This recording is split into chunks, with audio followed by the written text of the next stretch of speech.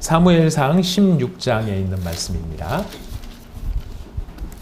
사무엘상 16장 다 찾으셨으면 11절 말씀부터 23절까지의 말씀 저희가 교독하도록 하겠습니다. 사무엘상 16장 11절부터 23절까지의 말씀입니다. 다 찾으셨으면 제가 먼저 본문 말씀을 읽도록 하겠습니다. 우리가 함께 있는 이 성경은 하나님의 말씀입니다. 또 사무엘이 이새에게 이르되 내 아들들이 다 여기 있느냐? 이새가 이르되 아직 막내가 남았는데 그는 양을 지키나이다. 사무엘이 이새에게 이르되 사람을 보내어 그를 데려오라. 그가 여기 오기까지는 우리가 식사 자리에 앉지 아니하겠노라. 이에 사람을 보내어 그를 데려오매 그의 빛이 붉고 눈이 빼어나고 얼굴이 아름답더라. 여호와께서 이르시되 이가 그니 일어나 기름을 부으라 하시는지라. 사무엘이 기름 뿔병을 가져다가 그의 형제 중에서 그에게 부었더니 이날 이후로 다윗이 여호와의 영에게 크게 감동되니라. 사무엘이 떠나서 라마로 가니라. 여호와의 영이 사무엘에게서 떠나고 여호와께서 부리시는 악령이 그를 번뇌하게 한지라. 사울의 신하들이 그에게 이르되 보소서 하나님께서 부리시는 악령이 왕을 번뇌하게 하온즉 원하건대 우리 주께서는 당신 앞에서 모시는 신하들에게 명령하여 수금을 잘 타는 사람을 구하게 하소서. 하나님께서 부리시는 악령이 왕에게 이를 때에 그가 손으로 타면 왕이 나으시리이다 하는지라. 사울이 신하에게 이르되 나를 위하여 잘 타는 사람을 구하여 내게로 데려오라 하니 소년 중 한 사람이 대답하여 이르되 내가 베들레헴 사람 이새의 아들 본즉 수금을 탈 줄 알고 용기와 무용과 구변이 있는 준수한 자라. 여호와께서 그와 함께 계시더이다 하더라. 사울이 이에 전령들을 이새에게 보내어 이르되 양치는 내 아들 다윗을 내게로 보내라 하매 이새가 떡과 한 가죽 부대의 포도주와 염소 새끼를 나귀에 실리고 그의 아들 다윗을 시켜 보내니 다윗이 사울에게 이르러 그 앞에 모셔 섬에 사울이 그를 크게 사랑하여 자기의 무기를 드는 자로 삼고 또 사울이 이새에게 사람을 보내어 이르되 다윗을 내 앞에 모셔 서게 하라. 그가 내게 은총을 얻었느니라 하니라. 23절을 같이 읽겠습니다. 하나님께서 부리시는 악령이 사울에게 이를 때에 다윗이 수금을 들고 와서 손으로 탄즉 사울이 상쾌하여 낫고 악령이 그에게서 떠나더라. 아멘. 저희가 누구든지 그리스도 예수 안에 있으면 새로운 피조물이라 이전 것은 지나갔으니 보라 새 것이 되었도다 라고 하는 새것됨에 대한 주제로서 몇 주간에 걸쳐서 계속해서 말씀을 생각해 보고 있습니다. 우리가 그리스도 예수 안에서 새로운 피조물이 되었다는 것은 삼위일체 하나님과 우리가 사귐이 있는 자, 또 삼위일체 하나님과 동행하는 자로 우리가 부름을 받았기에 삼위 하나님께서 각각의 사역으로서 우리를 새롭게 하셨다라는 것을 저희가 생각해 보았습니다.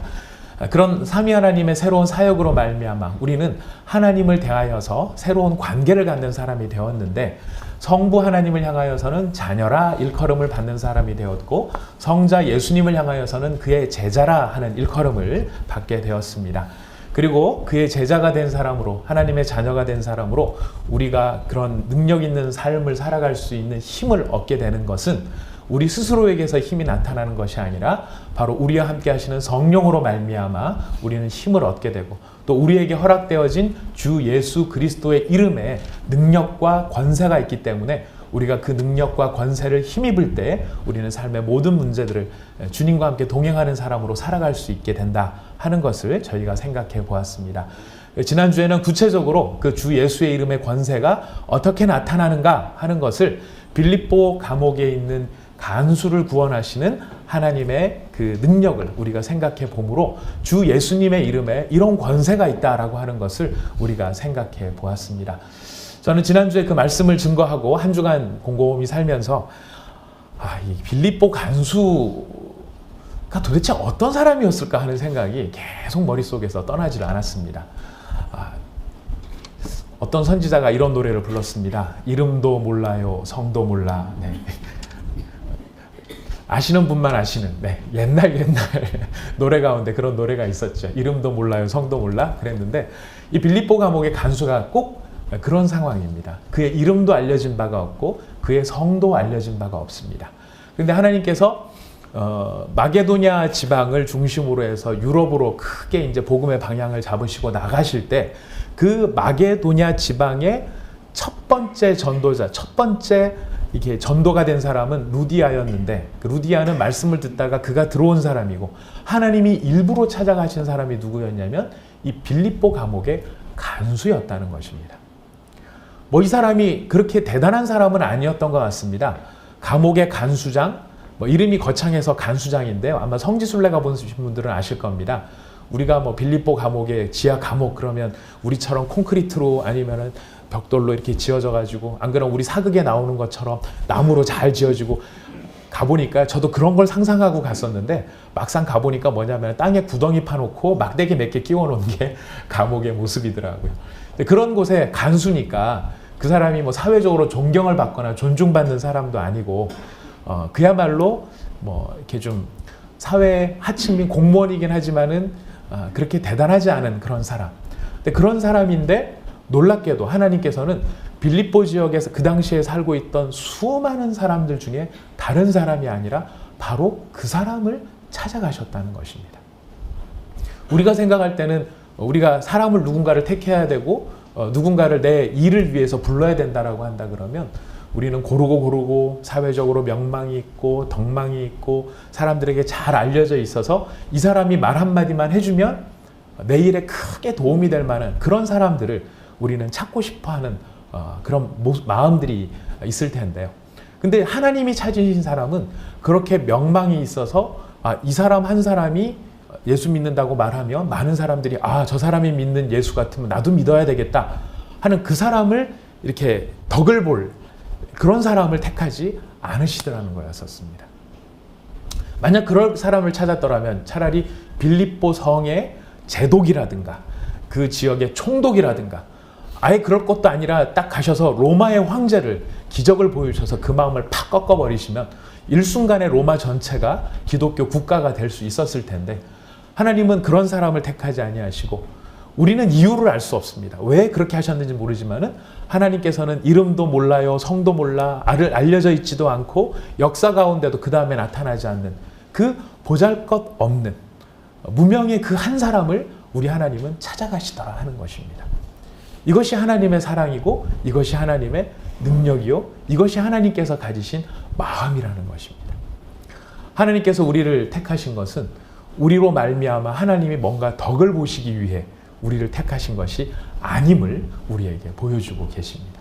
하나님께서 우리를 택하신 것은 우리를 사랑하사 사람들에게는 주목받지 못하고 사람들에게는 알려져 있지 못하고 사람들은 그를 살펴보지도 않을지 모르지만은 하나님은 우리를 눈여겨보고 계시고 그 한 눈여겨본 영혼을 찾아가셔서 그 사람을 구원해내사 하나님의 백성으로 친자녀로 삼으시기를 원하시는 것이 하나님의 마음이었다는 것입니다. 바로 그런 하나님의 마음의 연장선상에서 누가 등장을 하느냐면은 다윗이 등장을 하는 것입니다.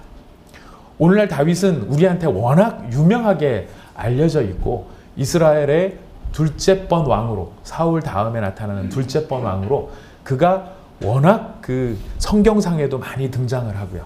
성경에서 개인에 대한 기사가 성경에 나타나는 것으로 제일 많이 등장하는 사람이 바로 이 다윗 왕입니다. 그러니까 얼마나 이 사람이 유명합니까? 그리고 유대 민족에 있어서는 가장 추앙받는, 존경받는 사람이고 심지어는 그 2차 대전 때 히틀러가 사람들을 그 학살을 하고 유대인들을 박해를 할 때 그 유대인들을 표식하는 그 유대인의 마크가 바로 다윗의 별이었죠. 그렇게 다윗이라고 한다 그러면은 바로 이스라엘을 대표할 만한 그런 유명한 사람이 되었기 때문에 우리는 다윗이라 그러면은 정말 대단하게 생각을 하지만 처음 다윗이 등장을 할 때는 빌립보 감옥의 간수 못지않게 그는 무명의 사람이었습니다. 무명의 사람인데 어느 정도로 무명의 사람이었느냐?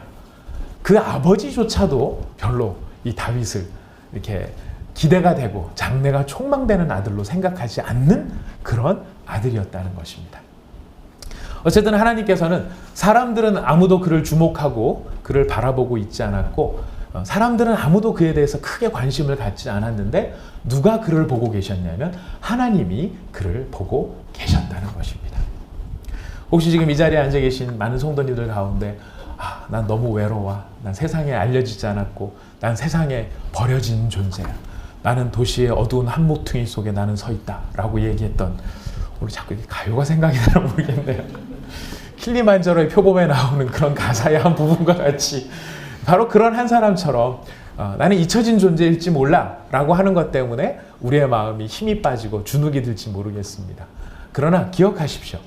꼭 기억하십시오.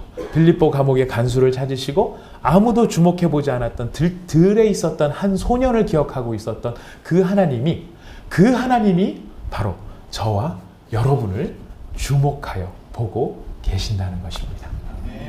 그래서 우리를 찾아오시는 것입니다. 아무도 우리를 스스로 찾아오지 않는데 무슨 일 때문에는 찾아오고 내 이익을 보려고 찾아오고 내가 좀 뭔가 필요한 게 있어서 저 사람한테 물건이라도 하나 팔려고 오는 사람이 찾아올지 모르지만 사랑하기 위해서 찾아오는 사람들은 우리 인생에 그렇게 자주 없는 것을 보게 됩니다. 그러나 하나님께서는 우리를 이용하기 위해서 찾아오시는 것이 아니라 우리를 사랑하기 위해서 찾아오시는 분이십니다. 바로 그런 분이 우리를 불러주셨습니다. 자, 아무튼 이 다윗이 하나님 앞에서 이렇게 택한 바가 되어져서 하나님 앞에 기름 부음을 받았는데요. 사무엘 선지자가 와서 이 다윗에게 기름을 부어줍니다. 이 기름을 붓는다라고 하는 것은 이스라엘에게 있어서는 구분한다, 따로 세운다 이런 뜻이 있고요.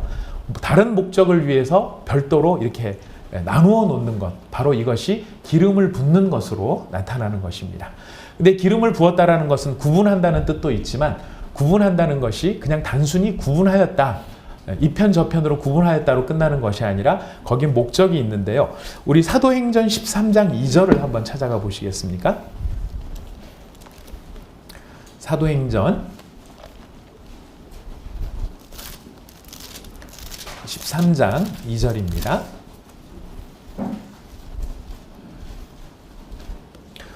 이제 기름을 부었다라고 하는 것이 어떤 의미를 갖게 되는지 우리가 알 수 있는, 이해할 수 있는 구절인데요. 사도행전 13장 2절 같이 읽습니다. 시작. 주를 섬겨 금식할 때에 성령이 이르시되 내가 불러 시키는 일을 위하여 바나바와 사울을 따로 세우라 하시니, 여기서 이제 바나바와 사울을 나중에 바울이 되죠. 이 바울과 바나바와 사울을 따로 세우는 장면에 있어서 성령께서 주관하시는, 성령께서 성령의 기름 부으심 가운데에 하시는 말씀이 뭐냐면은 내가 불러 시키는 일을 위해 라는 말씀이 나옵니다. 그러니까 성령께서 우리에게 기름을 부으시는 이유 가운데 하나는 하나님께서 우리한테 일거리를 주시려고 우리를 따로 부르신다는 것입니다. 우리가 세상의 일을 하기 위해서가 아니라 하나님이 시키는 일을 위해서 하나님께서 기름을 부으시는데요. 하나님께서 다윗에게 기름 붓기 전에 먼저 기름을 부었던 다른 한 사람이 있었습니다. 우리가 잘 아는 바로 사울이 있었죠. 사울한테 기름을 부었어요. 기름을 부었으니까 아까 방금 말씀드린 것처럼 기름을 부었다는 것은 하나님의 일을 위해 하나님께서 일거리를 주시려고 기름을 부어놨는데, 사울은 기름 부음을 받은 자로 하나님의 일을 위해서 사는 것이 아니라 분명히 자기는 하나님의 일을 위해서 살아야 함에도 불구하고 누구를 위해서 살았느냐면은 자기를 위해서 살았어요. 물론 처음에는 굉장히 겸손한 사람이었습니다. 사울이 처음부터 나빴던 사람이 아닙니다. 그는 자기가 승리를 했었을 때 그 승리에 도취되어져서 기고만장해졌던 사람이 아닙니다. 겸손한 사람이었습니다. 근데 그 겸손했던 사람이 점점 그 일을 해가면서 어디에 빠지기 시작했느냐면은 자기 자신한테 빠지기 시작을 했던 거예요. 그래서 하나님의 일을 위해 부름받아서 하나님이 시키는 일을 해야 되는데 그 하나님이 시키는 일을 하지 않고 어떻게 하면 나를 위해서 일할까라는 생각 속에 점점점 하나님을 무서워하지 않고 사람을 무서워하는 사람으로 바뀌어갔다는 겁니다.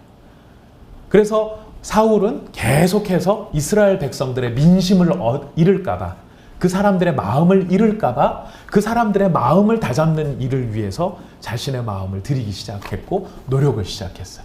그러니까 하나님께서 보셨을 때 내가 쟤를 분명히 내 일을 위해서 세웠는데 왜 제가 내가 시킨 일은 하지 않고 지금 자기 일에 저렇게 신경을 쓰고 있는가? 왜 나를 떠나는가?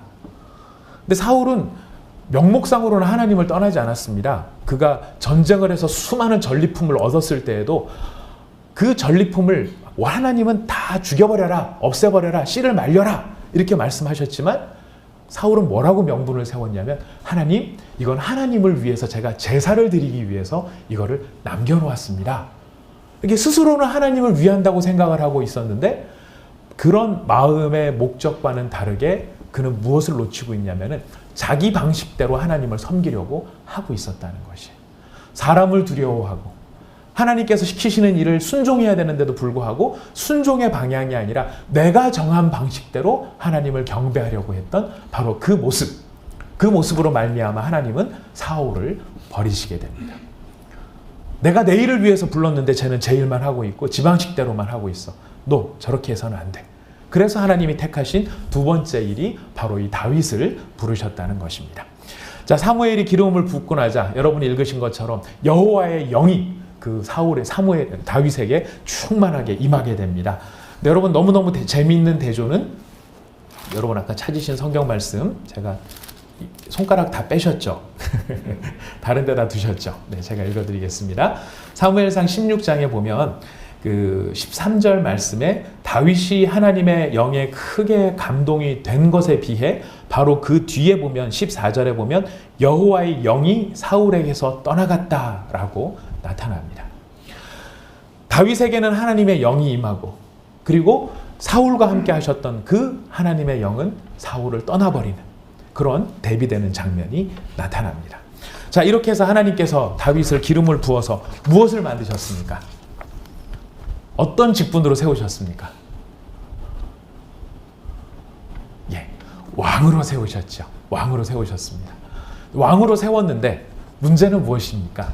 왕으로는 세웠는데 아무도 그를 왕으로 인정해 주지를 않더라는 거예요.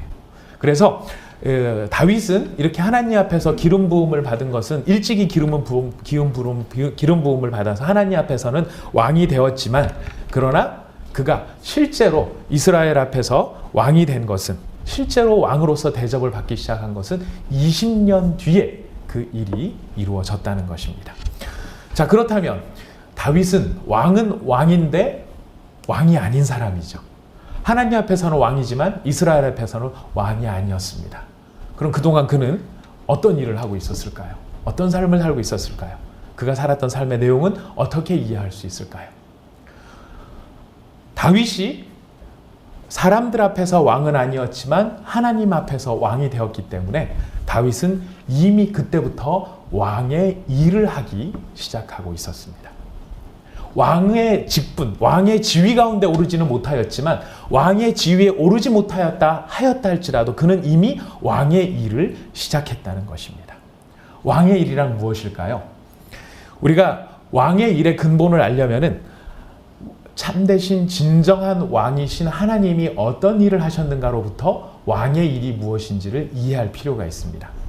온 천지 만물을 만드시고 만유를 통치하시는 진정한 왕은 누구시냐면 하나님이시죠. 근데 그 하나님이 왕으로서 가장 먼저 하셨던 일이 무엇인지 성경 어디에 보면 나올까요? 예, 가장 먼저 하신 일을 찾으려면 창세기로 가야 됩니다. 우리 창세기를 한번 찾아가 보겠습니다. 창세기 1장 창세기 1장 2절 3절 말씀입니다. 창세기 1장 2절과 3절 말씀입니다. 같이 한번 읽어보겠습니다. 시작. 땅이 혼돈하고 공허하며 흑암이 깊음 위에 있고 하나님의 영은 수면 위에 운행하시니라. 하나님이 이르시되 빛이 있으라 하시니 빛이 있었고. 천지를 창조하시는 왕이신 하나님이 가장 먼저 하신 일은 무엇이냐면 하나님께서 일하시기 전에 그 직전의 상황이 어땠냐면 땅은 혼돈했습니다. 혼돈. 여러분 잘 아는 코스모스에 대비되어지는 말이 카오스라는 말이 있죠. 완전히 질서가 없고 무질서하고 모든 것들이 다 뒤집어 엎어져 있어서 엉망진창이 되어 있는 상태. 이것이 바로 혼돈한 상태입니다. 그리고 두 번째 특징은 무엇입니까? 공허함입니다. 텅 비어 있다는 것입니다. 텅 비어 있다는 것입니다. 그리고 세 번째는 흑암이, 캄캄함이 깊음 위에 있었다라고 되어 있는데, 깊음은 뭐냐면은 그 깊이를 잴 수 없는 물을 의미하는 거거든요. 이 세상 전체가 천지가 그러니까 천지 창조의 최초의, 하나님께서 천지를 창조하시는 최초의 상태가 어떠했느냐면 지구 전체가 물로 뒤덮여져 있었던 그런 상태라고 성경은 이야기를 하고 있습니다. 제가 여기서 진화론이니 뭐니 이런 얘기를 할 계제는 아닌 것 같고요. 한 가지만 얘기를 하자면, 재미있는 것은 이 지구를 구성하고 있는 암석의 제일 밑에 암석이 뭐냐면 수성암이라 그래요. 수성암이 무슨 뜻인지 아시죠? 예, 물에서 조성되어진 암석의 특징을 가지고 있다고 합니다. 그래서 지구를 구성하고 있는 그 지구 과학자들이 하는 얘기고요. 저는 그냥 그걸 읽고 전달해드리니까 불만 있으신 분은 저한테 말씀하지 마시고 지구 과학자들한테 얘기를 해주시면 되겠습니다. 아무튼 이게 지구가 처음 조성이 되어졌을 때 바로 이렇게 이런 상태였는데, 혼돈하고 공허하고 흑암밖에 없었던 그곳에 하나님께서 왕으로 좌정하시면서 하나님이 왕으로서 일하시니까 어떻게 일이 되어갑니까? 혼돈 가운데 질서가 생기고, 공허함 가운데 의미가 부여되고, 흑암밖에 없었던 곳에 빛이 생기기 시작을 합니다. 하나님이 왕으로서 왕의 일을 하시는데, 왕의 일의 가장 중요한 특징이 무엇이냐면 바로 하나님의 질서를 잡아가는 일이었다는 것입니다. 다윗이 하나님 앞에서 왕이 되었지만 사람들 앞에서는 왕이 되지 못하였고, 사람들 앞에서 왕이 되지 못하였으니 나는 아무것도 안 해, 이것이 아니었죠. 다윗은 사람 앞에는 인정받지 못하는 왕이었을지는 모르겠지만 그는 왕으로 하나님 앞에 기름 부음 받은 다음부터 이미 왕의 일을 하기 시작을 합니다. 왕의 일, 어떤 일을 하는 것입니까? 바로 혼돈 가운데 질서를 잡는 것이고, 공허함 가운데 아무 의미가 없는 텅 빈 것 가운데 의미를 잡아가기 시작하는 것이고, 흑암 가운데 빛을 드러내는 것이 바로 왕의 일이었다는 것입니다. 여러분, 놀라운 것이, 저는 이 말씀을 오늘 사무엘상의 말씀을 읽다가 한 번도 그런 생각을 못 해봤는데, 설교를 준비하다가 참 은혜를 많이 받는데요. 참 설교자가 안 됐으면 전 참 많이 손해봤을 것 같습니다. 설교를 준비하면서 오늘 본문 말씀을 다시 이렇게 묵상을 하다 보니까, 다윗이 왕이 되어져서 하나님 앞에 기름 부음을 받아 가장 먼저 한 일이 무엇인지 아십니까? 오늘 여러분이 다 읽으신 본문입니다. 다윗이 하나님 앞에 기름 부음을 받아 왕이 된 다음에 그가 가장 먼저 한 일은 바로 미친 왕을 섬기는 일이었습니다. 미쳐가고 있는 왕을 섬겨주는 일이었습니다. 여호와의 영이 떠나 점점 그 마음이 공허해지고, 점점 그 악령 속에 사로잡혀 미쳐 돌아가고 있는 바로 그 왕을 섬기는 일이 다윗이 하나님 앞에 왕으로 부름받아 가장 먼저 하였던 일이라는 것입니다. 바로 그 하나님의 영이 떠나 질서가 무너지고 혼돈 가운데 빠져가며 그의 인생의 의미와 가치를 찾지 못해 허무 속에서 헤매이고 있고, 악령 속에 사로잡혀 흑암 가운데 빠져있는 그를 위하여 그의 궁전에가 수금을 타고 하나님을 높이는 찬양을 부름으로 말미암아 그 찬양 가운데 사울이 그때만이라도 제정신을 차릴 수 있도록 만드는 바로 그 일, 그것이 바로 다윗이 왕으로서 했던 첫 번째 일이었다는 것입니다. 하나님은, 제가 아까 처음 초도 부분에 말씀드렸습니다. 우리를 성부에 대하여서 자녀로 만드시고 성자에 대해서 제자로 만드셨다라고 말씀드렸습니다. 그리고 성령께서는 우리 가운데 오셔서 우리를 만드시는데요, 바로 이렇게 우리를 만들어 주셨습니다. 우리 베드로 전서를 한번 가보도록 하겠습니다.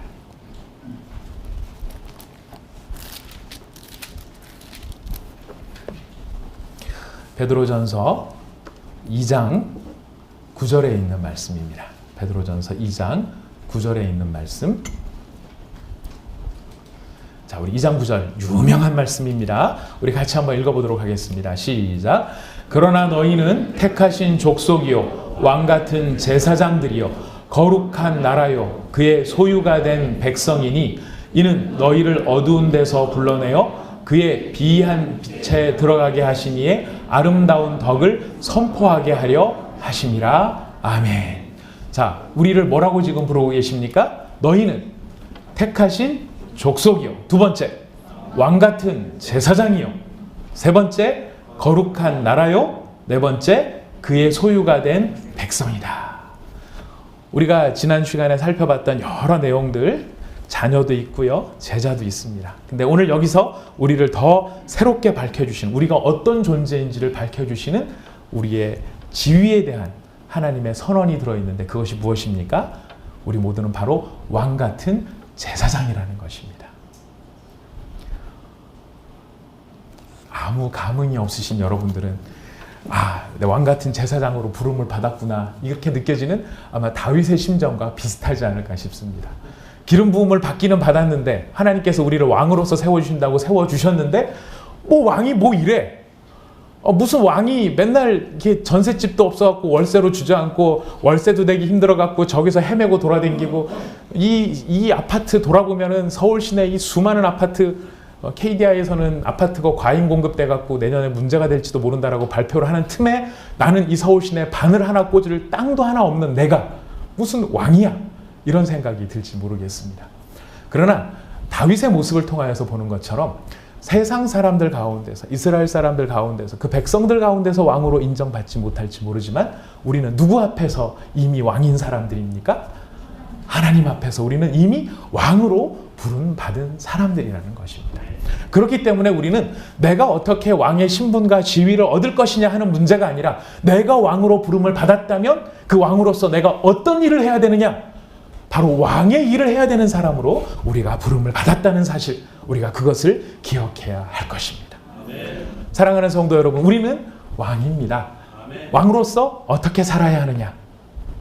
우리가 아까 살펴본 말씀처럼 왕이신 하나님께서 흑암과 공허함과 또 혼돈 가운데 있었던 것에 질서를 부여하셨던 것처럼, 그리고 다윗을 왕으로 세우심으로 말미암아 그 깨어진 하나님의 질서를 회복시키게 하셨던 것처럼 하나님 앞에 우리가 왕으로 부름받았다라고 하는 것, 그리고 우리가 부름받았기에 왕으로서 왕의 일을 해야 한다는 것, 바로 그것은 무엇이냐면 혼돈하고 흑암 가운데 있고 공허한 우리의 삶의 자락에 하나님의 질서를 세워가는 바로 그 일, 그것이 우리가 힘써야 할 하나님의 일이요 왕의 일이라는 것입니다. 때로는 우리 안에도 이런 공허가 있을 수 있고 우리 안에도 혼돈이 있을 수 있고 우리 안에도 흑암밖에 안 느껴지는 때가 있을지도 모르겠습니다. 오죽했으면 그걸 버티느라고 수많은 사람들이 이런 시를 다 지어냈겠습니까? 이 또한 지나가리라. 많은 사람들이 이 말로 위로를 받습니다. 오늘 아침에도 나오는데 라디오를 틀어놨더니 이 또한 지나가리라 이 얘기가 나오고, 그 이 또한 지나가리라 이걸 붙들고 살아야 되는 인생에 바로 그 터널과 같은 상황, 터널이면 좋죠. 동굴 같은 상황, 끝이 있을까 싶은 바로 그런 상황, 생각하지도 못했던 그런 일들 가운데 우리 자신도 어쩌면은 흑암 속에, 혼돈 속에, 공허 속에, 무의미함 속에 내가 왜 사나 싶은 그런 상황 속에 던져질 수 있습니다. 우리 가정도 그런 상황에 떨어질 수 있습니다. 심지어는 교회도 그런 상황 속에 떨어질 수 있더라는 것입니다.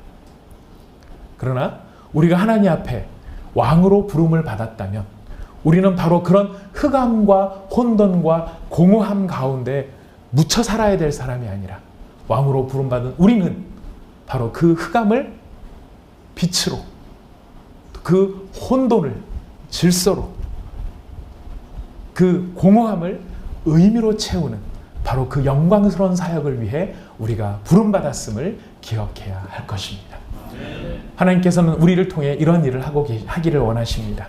우리의 삶 속에 그런 일을 하기를 원하시는데 어떤 방법을 통해 그런 일을 하시는 걸까요? 오늘 베드로 전서의 말씀에서 선포하고 계십니다. 바로 너희가 예전에 어두움 속에 있었는데 하나님께서 너희를 어두움에서 빛으로 옮기셨다.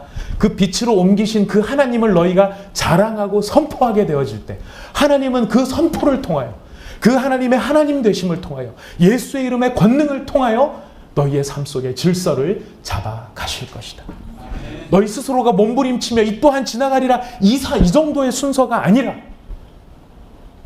여호와의 말씀이 너희 속에 선포되어질 때, 빛이 있으라 하신 그 말씀이 너희 삶 속에 선포되어질 때에 그 흑암 가운데 존재하였던 그 자리에 바로 빛이 들어오게 되어지는 것이고, 그 가운데 밝음이 들어오게 되는 것이고, 그 가운데 질서가 들어오는 것이고, 그 가운데 의미가 가득 차게 될 것이다. 사랑하는 형제자매 여러분, 우리가 한 주간을 사는 동안에 그렇기 때문에 더욱 하나님의 말씀을 힘있게 붙잡으시는 여러분이 되시기를 부탁드리겠습니다. 아멘. 여러분 고민 많이 해도 우리의 고민은 답 안 나오는 거 다 아시죠? 다 해보셨을 겁니다. 우리의 고민은 답이 안 나오지만 우리가 주의 말씀과 주의 이름을 붙잡을 때 주의 이름은 우리의 어두운 영혼을 밝히실 것입니다. 우리의 가정을 밝히실 것입니다. 그리고 우리의 교회들을 밝혀 나가실 것입니다. 우리가 이런 일들을 해나갈 때 이제 정리하는 적용의 말씀을 한 가지를 드리겠습니다. 우리가 이런 하나님의 영광의 일들을 해나감에 있어서 우리한테 요구되어지는 것, 왕의 능력과 자세죠. 우리가 하나님의 이 말씀을 잘 선포할 수 있으려면 우리한테 이런 자세와 능력이 요구된다고 합니다. 다윗 왕을 이어서 또 다른 왕으로 이스라엘을 다스렸던 세 번째 왕, 누구이죠? 솔로몬이었습니다. 이 솔로몬이 이런 특징을 가지고 있었다고 합니다. 우리 열왕기상 4장 29절을 찾아보겠습니다. 열왕기상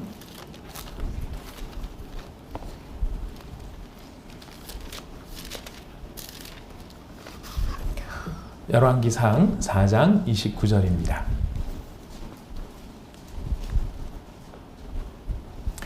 열왕기상 4장 29절 말씀 다 찾으셨습니까? 우리 같이 한번 읽어보도록 하겠습니다. 시작. 하나님이 솔로몬에게 지혜와 총명을 심히 많이 주시고 또 넓은 마음을 주시되 바닷가에 모래같이 하시니 아멘. 하나님께서 솔로몬이 이스라엘을 다윗에 이어서 잘 다스리도록 하기 위해서 솔로몬에게 지혜와 총명을 주신 것은 여러분이 잘 아실 것입니다. 그의 지혜가 세상에 어떤 사람보다도 탁월할 만큼 정말 놀라운 지혜를 그에게 주셨습니다마는 하나님께서 솔로몬에게 주신 것은 지혜만이 아니었습니다. 지혜와 총명, 더불어 하나님께서 무엇을 주셨다고 되어 있으십니까? 넓은 마음을 주셨다고 되어 있습니다. 왕이 왕으로서 하나님의 질서를 잡아가는 일에 있어서 필요한 것이 있다면 바로 지혜와 총명, 이것과 더불어 넓은 마음이 필요하다고 우리에게 가르쳐주고 있습니다. 이 땅에 많은 교회들이 어려움을 겪는 이유는 지혜와 총명은 많이 구하지만 의외로 넓은 마음을 잘 구하지를 않고 있습니다. 다 그렇게 믿는지 모르겠습니다. 세상에서 내 마음이 제일 넓어 이렇게 살면서 그렇게 살아가고 있는지 모르겠습니다. 나는 법 없이도 살 사람이야. 난 건들지만 않으면, 누가 나를 건드리지만 않으면 나는 절대로 누구를 해코지 하는 사람이 아니야. 이러면서 우리는 우리의 마음이 태평양 같다고 생각하고 살고 사는지는 모르겠습니다만, 여러분 일단 기본적으로요, 남자들은요, 모든 형제님들 죄송합니다만 저도 남자지만 모든 형제들은 기본적으로 속이 좁습니다. 기본적으로 모든 형제들은 다 속이 좁습니다. 제가 결혼식 주례할 때도 가끔 그런 얘기를 하는데요. 남자들이 그래서 여자들보다 더 잘 삐지는 경향이 있습니다. 삐졌는데 너 삐졌지? 그럼 진짜 삐져서 오랫동안 말을 안 하는 게 남자일 수 있습니다. 자존심 뭐 이런 걸 내세우면서 그래요. 우린 되게 속이 좁아요.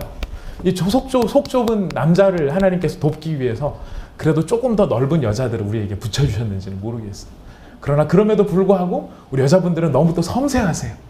너무 섬세하셔서 자기의 마음이 자기도 어떤 줄 모르는 것이 여자인 경우들이 많이 있는 것 같습니다. 바로 그런 사람들이 교회 안에 모여서 우리가 하나님의 영광스러운 일을 하니까 우리는 이렇게 뜻 있는 일을 하기 위해서 모였기 때문에 뜻 있는 교회 공동체는 잘 될 거야 라고 생각을 합니다. 그러나 어린 반프로치도 없는 이야기입니다. 우리는 지혜와 총명이 필요한 만큼 넓은 마음을 가져야 되는 사람들입니다. 이게 없으니까, 지혜와 총명만 있으니까 뭐만 있는 겁니까? 내 생각이 옳다, 내 논리가 옳다, 내 명분이 옳다. 명분과 논리의 싸움으로 가면은요, 정말 똑똑하지 않은 사람들이 없는 거예요. 이 교회에는, 이 사회에는 똑똑한 사람도 필요하지만, 똑똑하지만 무엇을 갖추고 있는 사람이 필요하냐? 넓은 마음을 가지고 있는 사람이 필요하더라는 것입니다. 그래야 왕의 일이 왕의 일로서 수행될 수 있더라는 것입니다. 하나님께서 우리를 왕 같은 제사장으로 삼으셨습니다. 우리에게 지혜와 총명을 주시기를 축복합니다. 더불어 우리에게 넓은 마음을 주시기를 우리가 함께 서로를 축복하기를 원합니다. 바로 그 지혜와 총명과 넓은 마음이 있을 때 무엇이 가능하냐면 바로 우리가 살아내어야 할 왕의 일들, 그 일들을 제대로 할 수 있다는 것이죠. 왕이 된다는 것은 높임을 받는다는 것이 아닙니다. 왕이 된다는 것은 사람들 앞에 존귀히 여김을 받고, 왕이 된다는 것은 사람들이 그를 우러러보며 그의 말 한마디에 껌뻑껌뻑 죽는 권위와 권세를 부린다는 뜻이 아닙니다. 왕의 일은 질서를 잡는 일이요, 왕의 일은 흑암을 밝히는 일입니다. 그 모습이 아까 말씀드렸지만 어떻게 우리의 삶 속에서 경험되어지느냐는 어쩌면 우리가 미친 왕을 섬기는 일로 우리의 왕의 일을 감당해야 되는지도 모른다는 것입니다. 우리는 왕이 된다 그러면 좋은 일들만 많이 생각할지 모르겠습니다만 기억하십시오. 하나님께서 우리를 왕의 일로 보내는 그 자리는 바로 우리의 섬김이 필요한 자리요, 질서와 규범과 빛을 필요로 하는 흑암과 어두움이 있는 자리 가운데로 하나님께서 우리를 보내실 수 있다는 사실을 우리가 기억해야 할 것입니다.